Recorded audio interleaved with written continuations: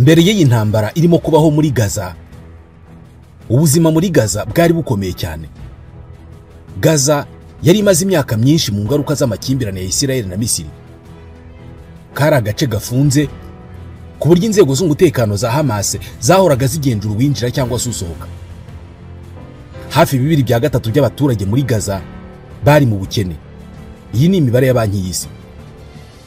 Ababarirwa mu bihumbi babaga mu nkambi zashyizweho n'umuryango w'abibumbye. Nyuma y'ibitero byo ku itariki ya 7 y'ukwa 10, aho abarwanyi ba Hamas binjiye muri Isirayeli bakica abanya-Isirayeli barenga 1200 ndetse n'abanyamahanga, ndetse bagashimuta abandi bantu 251 bakabajyana muri Gaza. Isirayeli yatangije ibitero bikomeye by'ibisasu byibanze mu majyaruguru ya Gaza. Byari bigamije kwihorera no kubohora bashimuswe. Ubu umwaka wuzuye urarengaho iminsi mike ibingibi bibayeho, kandi umubare w'abamaze kugwa muri ibyo bitero umaze gukuba inshuro zirenga 40 abishwe n'igitero cya Hamas kuri Isirayeli. Abarenga 42,000 nibo bamaze gupfa. Uyu munsi umujyi wa Gaza wasenyutse ku rwego nta muntu n'umwe wari warigeze kubitekerezaho. Hejuru ya 60% bya Gaza byarasenyutse ku rwego rwa burundu, ku buryo kubaka bizaba kongera kugereka ibuye ku rindi baturutse hasi. 90% by'abari batuye muri Gaza ubu bavuye mu byabo. Mu minsi 10 ya mbere y'ibitero bya Isirayeli byatangiye ku itariki ya 8 y'ukwezi kwa 10, abanyagaza 2,200,000 bari bamaze kuva mu byabo. Abarenga 500,000 muri Gaza bari mu nzara ikomeye. Mu birebana n'ubukungu, ntabwo Gaza yigeze ikena ku rwego ikennyeho uyu munsi. Banki y'Isi ivuga ko abaturage bo muri Gaza 100% barimo kubaho mu bukene bukabije, nyamara mbere y'iyi ntambara bari 64%. Ibiciro by'ibintu nkenerwa nk'ibiribwa byazamutseho 250%. Nta kintu na kimwe kiri muri Gaza gishobora koroshya ubuzima bw'abayituye. Amavuriro yarasenywe, nta shuri rigihagaze. Uyu munsi Isirayeli irimo irarasa muri Libani, kandi hari ubwoba ko ibi bintu biramutse bifashe indi ntera, amajyepfo ya Libani nayo yaba nka Gaza. Kurasa Libani nibyo byakomotse kuri iyi ntambara yo muri Gaza, kubera ko ubwo Hamas yamaraga kugaba igitero kuri Isirayeli, umutwe wo muri Libani witwa Hezbollah nawo watangiye kurasa kuri Isirayeli ugira ngo ufashe Hamas. Yari yatangiye kugabwaho ibitero byo kwihorera na Isirayeli. Amajyepfo ya Libani nayo yaramutse asenyutse ku rwego nk'urwo Gaza iriho uyu munsi, byaba ari intambwe yerekeza ku gusenyuka kw'akarere k'uburasirazuba bwo hagati kose.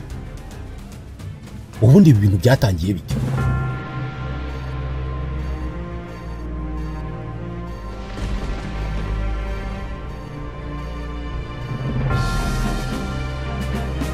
Inkuru y'amakimbirane n'urwango hagati ya Palestine na Isirayeli ni inkuru ndende. Palestine irimo ibice bibiri.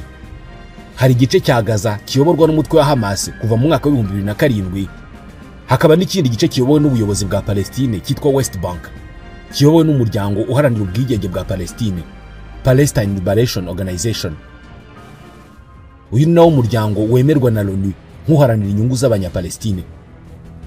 Ku ruhande rumwe, ubuyobozi bwa Palestine bwo mu gice cya West Bank ibyo butumvikanaho na leta ya Isirayeli byose bubinyuza mu nzira z'ibiganiro cyangwa se diplomasi.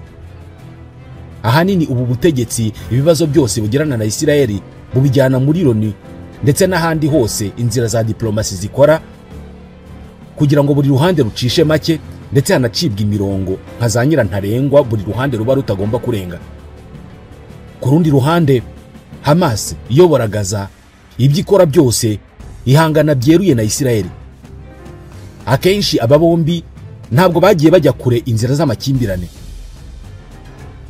Hamas igerageza uburyo bwose ngo ikubita ahababaza inasenye Isirayeli, igaba ibitero by'ubwiyahuzi muri Isirayeli, itegura imyigaragambyo ndetse n'ibindi bikorwa byose bihungabanya Isirayeli. Ndetse akenshi ibingibi byo bibayeho, Isirayeli ihita isubiza. Hari abavuga ko muri aka gace hubahirizwa itegeko rya Talion, loi du Talion, aho ijisho rihorerwa irindi, iryinyo rigahorerwa irindi. nuko bigenda ku mpande zombi. Akenshi na Isirayeli yagiye igaba ibitero muri Gaza igamije kurimbura burundu abarwanyi ba Hamas. Gusa kuri iyi nshuro kuva ku itariki ya 8 y'ukwezi kwa 10 mu mwaka ushize, bwo ibi bitero byageze ku rundi rwego. Gusa ni ibintu bihoraho, nuko byakozwe no kuva mu myaka ya kera. Kuva mu mwaka wa 2007 ubwo Hamas yatangiraga kugenzura agace ka Gaza, buri gihe uko yagabye igitero kuri Isirayeli, bwacyaga Isirayeli nayo igaba ibitero byo kwihorera, kandi byo bikagoma abantu benshi kuruta baguye mu bitero bya Hamas kuri Isirayeli. Nk'urugero, ku itariki ya 27 y'ukwezi kwa 2 mu 2008, Hamas yateye ibisasu bya rokete mu mujyi wa Ashkelon muri Isirayeli. Bukeye bwaho ku munsi ukurikiye ku itariki ya 28 y'ukwa 2 mu 2008, Isirayeli yahise itangiza igitero yise Hot Winter. Icyo gihe hapfuye abanyapalestine 112 n'abanya-Isirayeli 3. Birumvikana iyi mibanire yombi hagati ya Isirayeli na Gaza ndetse no hagati ya Isirayeli n'igice cya West Bank kiyobowe n'umuryango uharanira ubwigenge bwa Palestine, ni imibanire ibyara ingaruka zinyuranye cyane. Ibi turimo kubibona cyane uyu munsi, aho agace kose k'uburasirazuba bwo hagati kari mu bibazo kubera aya makimbirane. Ugereranije igice cya West Bank kirakize cyane kuruta Gaza. Imibereho n'ubuzima byo muri West Bank nibura mu bice byinshi ni bwiza cyane kuruta muri Gaza. Mu by'ukuri muri Gaza ibice byinshi byari bituwe mu bucucike bukomeye cyane, biragoye kuhagenzura. Abari bahatuye mbere yuko batatana uyu munsi bari benshi kandi bafite inzara n'ubukene. Hari ibikorwa remezo bike, nubwo hafi ya byose uyu munsi byashenywe, hahoraga umwanda, ubukene bugaragarira buri wese, ndetse n'ibikoresho by'ibanze nkenerwa byabonekaga bigoranye. No kubirebesha ijisho biragaragara ko Gaza ari akajagari ugereranyije n'igice cya West Bank. Ibi byatewe n'iki rero? Ku itariki ya 12 y'ukwezi kwa 9 mu 2005, Isirayeli yafashe umwanzuro wo kurekura ikanasohoka muri Gaza nyuma y'uko yari imaze imyaka myinshi ari igenzura Gaza. Isirayeli yavanye muri Gaza abayahudi benshi bari bahatuye, ndetse inavana muri Gaza ibikoresho byose byayo bya gisirikare. Gusa Isirayeli yari igifite ububasha cyangwa se ubugenzuzi ku bice bimwe na bimwe by'ikirere, imipaka n'ibyambo bya Gaza. Ku itariki ya 25 y'ukwa mbere mu 2006, umutwe wa Hamas watsindiye imyanya myinshi mu buyobozi bwa Palestine, yari amatora y'abagize inteko ishinga amategeko. Icyo gihe Isirayeli, Leta Zunze Ubumwe za Amerika, umuryango w'ubumwe bw'Uburayi ndetse n'ibihugu byinshi by'uburengerazuba bw'isi byahise bihagarika inkunga zose byageneraga abanyapalestine, kubera ko ibi bihugu byafataga Hamas nk'umutwe w'iterabwoba. Bangaga rero gukomeza gutanga inkunga ku gace kagenzurwa n'umutwe w'iterabwoba. Aha ni naho imibereho yo muri Gaza n'imibereho yo muri West Bank yahise igira itandukaniro rikomeye cyane. Abantu bo muri West Bank bafite imibereho myiza mu rugero runaka kurusha abo muri Gaza. Mu gihe umuryango uharanira ubwigenge bwa Palestine uyoboye igice cya West Bank wavuye mu nzira y'urugomo, Hamas yo yagumye muri iyo nzira ndetse no gushaka uburenganzira bwayo ikoresheje ingufu. Mbere umutwe wa Hamas wajya kugirana amakimbirane n'abanya-Irani, ariko baje kubona uburyo bwo kwiyunga no kugirana ubushuti. Irani ni igihugu kiyobowe n'abashia, naho Hamas ni y'abasuni. Mu by'ukuri hari byinshi batabonaga kimwe, ariko aba bombi baje guhuriza ku guhangana na Isirayeli no kurengera inyungu za Palestine.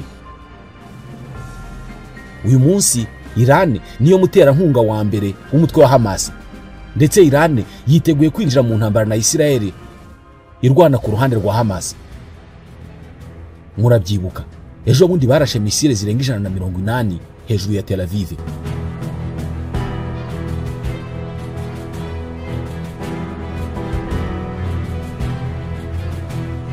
Hashize imyaka irenga 10 Irani na Hamas bagiranye amasezerano yo gukorera hamwe kugira ngo barimbure Isirayeli. Abatavuga rumwe na Irani ndetse na Hamas bavuga ko Hamas yabaye igikoresho cya Irani kimwe na Hezbollah yo muri Libani. ni kimwe n'inyeshyamba z'aba-Houthi zo muri Yemen. Bemeza ko Iran intambara nyinshi irwana mu karere k'uburasirazuba bwo hagati n'ibindi bikorwa byose ihakora birebana na politike, ibikoresho ikoresha ari Hamas ndetse na Hezbollah. Ariko ikibazo cy'ingenzi ni iki: niba Iran yari imaze imyaka irenga 10 ikorana na Hamas, bivuze ko Hamas yari ifite amafaranga ahagije n'ibikoresho. Kubera iki Hamas yatangije ibitero ubu ngubu muri iyi myaka? Ni iki cyatumye ibi ngibi biba ubu intambara ikaba igeze kuri uru rwego uyu munsi? Mu bitangazamakuru byinshi, impamvu ya mbere batanga nuko Hamas yashakaga ko Isirayeli ibohora imfungwa z'abanyapalestine zifunzwe n'abanyayisirayeli igihe kirekire. Mu maso y'abandi benshi, umunsi w'itariki ya 7 y'ukwezi kwa 10 umwaka wa 2023 wari umunsi wo kwizihiza imyaka 50 y'intambara yo mu kwezi kwa 10 mu 1973. Abarabu nuko bayita, ariko abayahudi bo bayita intambara yo mu Kipuru. Murayibuka twayivuzeho. Ni intambara aho Isirayeli yagabweho ibitero n'ibihugu 10 by'Abarabu, ari byo Misiri, Syria, Arabia Saudite, Algeria, Jordanie, Iraq, Libya, Kuwait, Tunisia na Maroc, hakiyongeraho Korea ya ruguru na Cuba. Icyo gihe Isirayeli yatsinze iyi ntambara. Ibi byari biteye isoni cyane kuri ibi bihugu birenga 10. Abenshi bemeza ko mu by'ukuri gukora ibitero nk'ibi ngibi kuri Isirayeli nyuma y'imyaka 50 yuzuye byari uburyo bwo gukosora ikimwaro cyo gutsindwa mu 1973. Impamvu yindi abarwanyi ba Hamas bavuga ni ubushotoranyi bw'abanyayisirayeli ku musigiti wa Al-Aqsa. Al-Aqsa ni umusigiti ufite inkuta z'ifeza mu kibanza cya hegitari 35 i Yerusalemu. Al-Aqsa ni ingenzi cyane ku madini 3 akomoka kuri Aburahamu: idini y'Abayahudi, Islam n'Abakristo. Ubushotoranyi n'intambara ku mpande zinyuranye byatangiye mu mwaka wa 1947 ubwo umuryango w'abibumbye wagabanyagamo Palestine ibihugu bibiri, kimwe cy'Abayahudi n'ikindi cy'Abanyapalestine. Ubutaka butagatifu bwa Yerusalemu buri mu musigiti wa Al-Aqsa bwahawe gucungwa n'umuryango w'abibumbye bitewe n'akamaro bufitiye amadini 3 akomoka kuri Aburahamu. Intambara zarakomeje. Isirayeli ikomeza kwigarurira ubutaka yiyongera mu ngano. Mu 1967 nyuma y'intambara ya kabiri y'Abarabu na Isirayeli, byaviriyemo Isirayeli gutwara no kwiyomekaho Yerusalemu y'uburasirazuba, ari nayo irimo umusigiti wa Al-Aqsa. Mu gihe cy'imyaka myinshi, leta ya Isirayeli yafashe izindi ngamba zo kugenzura no kwiyomekaho Yerusalemu y'uburasirazuba. Mu 1980 binyuranije n'amategeko mpuzamahanga, Isirayeli yashyizeho itegeko ryemeza ko Yerusalemu ari umurwa mukuru wa Isirayeli, umurwa wuzuye neza kandi wunze ubumwe. Muri icyo gihe nta gihugu na kimwe ku isi cyemeraga Yerusalemu nk'umurwa mukuru wa Isirayeli. Aho umusigiti wa Al-Aqsa wubatse, Abayisilamu bizera ko ari intumwa y'Imana Muhammad yazamukiye ajya mu ijuru. Naho Abayahudi bo bizera ko aho hantu ari insengero z'Abayahudi zahoze nk'uko zivugwa mu bitabo bitagatifu byabo. Abayahudi bo ntabwo bemerewe kwinjira muri uyu musigiti kubera ko n'amategeko yabo arabibabuza. Uyu musigiti nawo waba ari imwe mu mpamvu zateye intambara. Umutwe wa Hamas ufite abarwanyi mu bihe bitandukanye bagiye batera amabuye kandi bakarasa kenshi ku basirikare ba Isirayeli. Abo barwanyi bagahita biruka bagahungira mu musigiti wa Al-Aqsa. Abasirikare ba Isirayeli bakabakurikirayo, bose bakinjira muri uyu musigiti, imirwano ikaberaho. Ibi nibyo byabaye ku itariki ya 6 y'ukwa 4 mu 2023 no ku itariki ya 4 y'ukwa 10 mu 2023. Abaturage b'Abanyayisirayeli binjiye muri uyu musigiti bagerageza gukora imihango yabo yiswe Turmudik. Iki gihe nabwo imvururu zahise zivuka. Iyi ntambara yabifitanye isano n'imibanire hagati y'ibihugu birimo Iran na Arabia Saudite. Kuki ari Arabia Saudite? Urebye neza, Arabia Saudite iri mu bihugu by'Abarabu bya mbere bikomeye kurusha ibindi byose ku isi, haba mu bukungu, ndetse no muri politike. Nibo bafite ingufu nyinshi, bakagira politike yubahirizwa henshi, bakayobora abayisilamu b'abasunite ku isi, bakagira amafaranga menshi y'ibikomoka kuri peteroli. Muri make ibyo Arabia Saudite ivuze byose kenshi biba ari ibyo birakurikizwa mu Barabu. Arabia Saudite ifite ijambo rikomeye cyane mu muryango wa OPEP, Organisation des pays exportateurs de pétrole. OPEP ni umuryango mpuzamahanga ugizwe n'ibihugu bya mbere ku isi bikungahaye kuri peteroli. OPEP ikorana n'amasosiyete yose acuruza ibirebana na peteroli ku isi, ukaba umuryango ugena imicukurire ya peteroli, imitunganyirizwe yayo n'ibiciro byayo ku isi. Iran na Arabia Saudite bari mu makimbirane kuva mu mwaka w'1979. Uyu ni nawo mwaka muri Iran habaye impinduramatwara biti ya Kiislamu. Iran ni igihugu cy'abashite mu gihe Arabia Saudite ari igihugu cy'abasunite. Aya makimbirane amaze imyaka 44 ashingiye ku mpamvu y'uko buri ruhande ruharanira ubugenzuzi no kuyobora mu bice byose by'isi ya Islam uhereye ku burasirazuba bwo hagati. Ibihugu byombi mu guhangana kwabyo byagiye bishyigikira bikanatera inkunga impande zishyamiranye mu makimbirane mu bihugu binyuranye, harimo intambara z'abene igihugu muri Syria na Yemen, amakimbirane muri Bahrain, Liban, Qatar na Iraq, ndetse no mu bice binyuranye bya Afurika. Ariko Iran na Arabia Saudite nta na rimwe bo bigeze barwana. Uku gushyamirana kwa Iran na Arabia Saudite byagiye bibonwa kenshi nk'intambara y'ubutita, kubera ko amakimbirane akorwa ku nzego nyinshi, ku ngufu za politike, ubukungu n'amadini, mu gushaka ubutegetsi bw'ikirenga bw'akarere k'uburasirazuba bwo hagati. Kimwe mu bihugu bya mbere Arabia Saudite ihangana nabyo ku isi ni Iran rwose. Byemezwa ko ku ruhande rwa Iran imitwe y'iterabwoba iterwa inkunga na Iran irimo n'uwitwa Houthi ukomoka muri Yemen.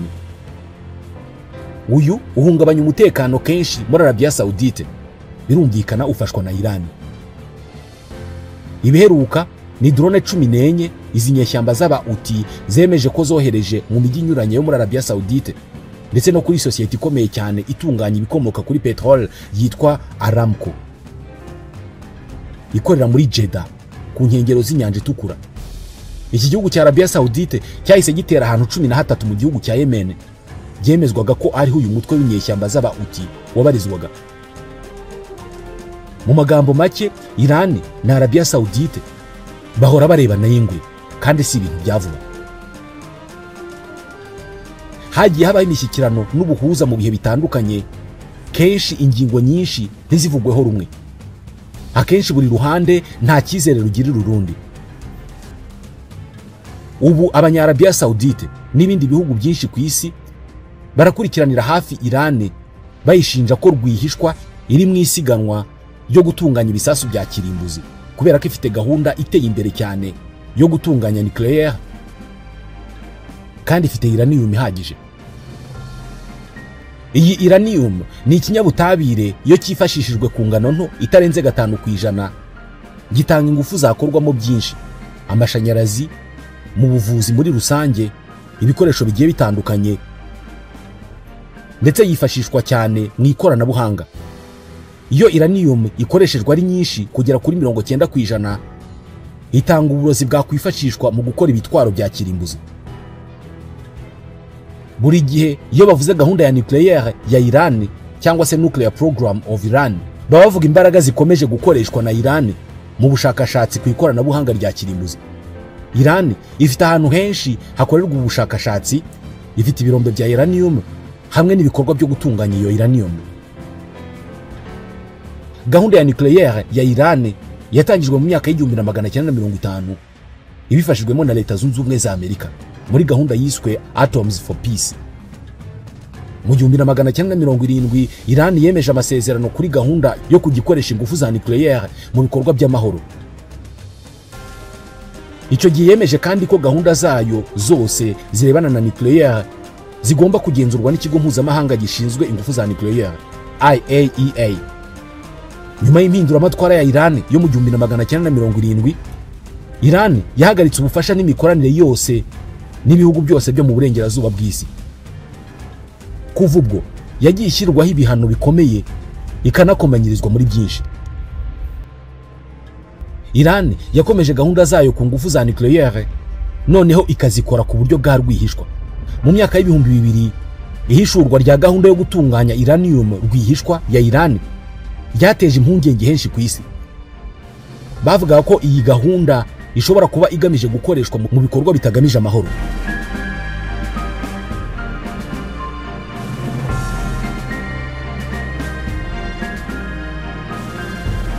Mu 2015 habayeho icyiswe Joint Comprehensive Plan of Action, cyangwa se gahunda rusange y'ibikorwa izwi cyane nka Iran Nuclear Deal.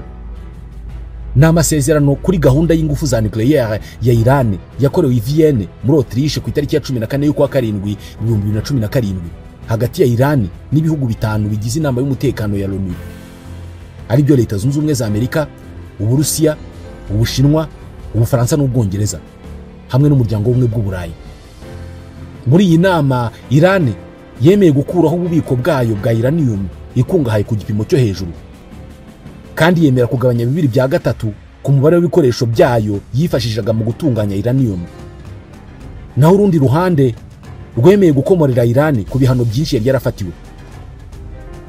Mu 2018 uwari perezida wa Leta Zunze Ubumwe za Amerika Donald J. Trump yatangaje ko Leta Zunze Ubumwe za Amerika zivuye mu masezerano yose yakorewe i Vienne mu 2015, anatangaza ko ibihano by'ubukungu biruta ibindi bishobora gufatirwa Iran. Iran yahise igira umujinya, ivuga ko yiteguye ibintu byose bishobora kubaho kandi ko yifuza kuganira n'abanyaburayi vuba cyane kugira ngo irebe niba bashobora kurinda inyungu za Iran nyuma y'uko Amerika yivanye muri aya masezerano. Ubufaransa, Ubudage n'Ubwongereza byahise bitangaza ko byiyemeje gukomeza gushyira mu bikorwa amasezerano ya nucléaire ya Iran. Uburusiya buvuga ko bwababajwe cyane n'icyo cyemezo Leta Zunze Ubumwe za Amerika zari zimaze gufata, kandi ko ari ukurenga ku mategeko mpuzamahanga. Ubushinwa bwahise bwamagana icyo cyemezo cya Leta Zunze Ubumwe za Amerika cyo kwikura muri ayo masezerano, kandi buvuga ko buzakomeza gukurikirana ko amasezerano y'i Vienne yubahirizwa. Mu 2021 Joe Biden amaze gutorerwa kuba perezida wa Leta Zunze Ubumwe za Amerika, hatangiye guteganywa ibiganiro bishya hagati y'abashyize umukono ku masezerano na Iran, hagamijwe ko impande zose zasubira muri ayo masezerano y'i Vienne mu 2015. Mu 2018 igikomangoma kizaragwa ubwami muri Arabia Saudite akaba na minisitiri w'intebe wa Arabia Saudite Bwana Mohammed bin Salman yemereje mu kiganiro 60 minutes kuri televiziyo y'Abanyamerika ko Arabia Saudite izakora intwaro za kirimbuzi mu gihe cyose Iran izagerageza ikagaragaza ko itunze izo ntwaro. Ibi byateye kutizera no kutavuga rumwe ku migambi ya Arabia Saudite kubirebana n'ingufu za nucléaire. Ibi yanabisubiyemo vuba aha ku itariki ya 21 y'ukwa 9 mu 2023 ubwo umunyamakuru wa Fox News yamubazaga ku bikekwa ko Iran ifite ibitwaro bya kirimbuzi. Iki gikomangoma cyaragize kiti dufite impungenge z'uko igihugu cyari cyo cyose cyabona intwaro za kirimbuzi. Arongera ati Iran iramutse igeze ku ntego yo gukora intwaro za kirimbuzi, natwe tugomba kuzigeraho. Arabia Saudite yagiye itangaza ko izakoresha politike y'ingufu za kirimbuzi mu gukora ingufu zinyuranye zifashishwa mu bikorwa by'iterambere, igakorera mu mucyo no kwizerwa. Ariko akenshi impuguke mu by'intwaro za kirimbuzi zihorana impungenge ku bijyanye n'ikoranabuhanga Arabia Saudite ikoresha, bikaba bifatwa nk'impamvu izamura guhanganisha intwaro mu burasirazuba bwo hagati. Hanyuma Israel na Palestine n'umutwe wa Hamas bizamo bite? Abanya-Arabia Saudite bashaka ubufasha bwa Leta Zunze Ubumwe za Amerika mu bijyanye n'ingufu za kirimbuzi. Arabia Saudite yasabye Amerika amasezerano y'ubufatanye bw'ingufu za kirimbuzi, amasezerano adafite ingamba zikomeye ziyashamikiyeho. Kuri uko gusaba kwa Arabia Saudite, abadiplomate bakurikiye ibi biganiro hagati ya Amerika na Arabia Saudite bemeza ko nk'ingurane Leta Zunze Ubumwe za Amerika zasabye Arabia Saudite bikurikira: icya mbere, kugirana umubano mwiza cyangwa se umubano wa nta makemwa no kwiyunga na Israel. Icya kabiri, kwagura ubuhahirane na Leta Zunze Ubumwe za Amerika. Arabia Saudite ikagiha Leta Zunze Ubumwe za Amerika petrol ku giciro gito. Kandi ibyo bivuze ko niba Arabia Saudite yemeye ubwo bufatanye ikabikora mbere, ibindi bihugu by'Abarabu uretse Iran n'abanyapalestine bizakurikira, kubera ko Arabia Saudite ifite ijambo rikomeye cyane mu bihugu by'Abarabu. Ubutegetsi bwa Joe Biden bwashyize imbaraga nyinshi cyane mu rwego rwa diplomasi kugira ngo bugere ku masezerano y'ubuhahirane hagati ya Arabia Saudite, Israel ndetse n'ibihugu byinshi by'Abarabu, bityo ububasha bw'Abashinwa bugahigikwa mu gice cy'uburasirazuba bwo hagati. Biroroshye kubyumva. Leta Zunze Ubumwe za Amerika zakomeza kubona petroli ihendutse, Israel ikabana neza n'ibihugu byinshi by'Abarabu, Abanyarabia Saudite bakagira ingufu za nucleaire zo guhangana na Iran. Buri wese azungukira muri iyi mibanire uretse Iran n'abanyapalestine. Ibintu byari bigiye kujya mu murongo. Mu gihe ibi bikorwa byari bigiye gukorwa, iyi mibanire igiye gutangira ku itariki ya 7 y'ukwa 10 mu 2023 ku isaa 12:30 za mu gitondo, Hamas yahise itangiza ibitero kuri Israel. Iran isanzwe idacana uwaka n'ubwami bwa Arabia Saudite, Iran inashinjwa gufasha umutwe w'Abauti w'Abanyayemen ushaka guhirika ubutegetsi muri Yemen ugashyiraho leta ya Islam y'Abashite. Yaba yarabigizemo uruhare kugira ngo iyi mibanire itazagerwaho. Iyi nayo ikekwa ko ari imwe mu mpamvu zakuruye iyi ntambara, kubera ko umutwe wa Hamas ufashwa na Iran wisanze igice cya Palestine cya Gaza uyobora kizasigara mu byago cyonyine, mu gihe ikindi gice cya West Bank cyazicara kikagirana ibiganiro n'Abanyamerika, Abanya-Israel ndetse n'ibindi bihugu, cyo ntikigwe mu ngaruka mbi nyinshi ugereranyije n'izo abo muri Gaza bazahura nazo. Bitekerezwa ko ibitero byo ku itariki ya 7 y'ukwa 10 mu 2023 ari aha bifite inkomoko. Aho ibintu bigeze uyu munsi, intera bimaze gufata, ntawuzi uburyo bizarangira.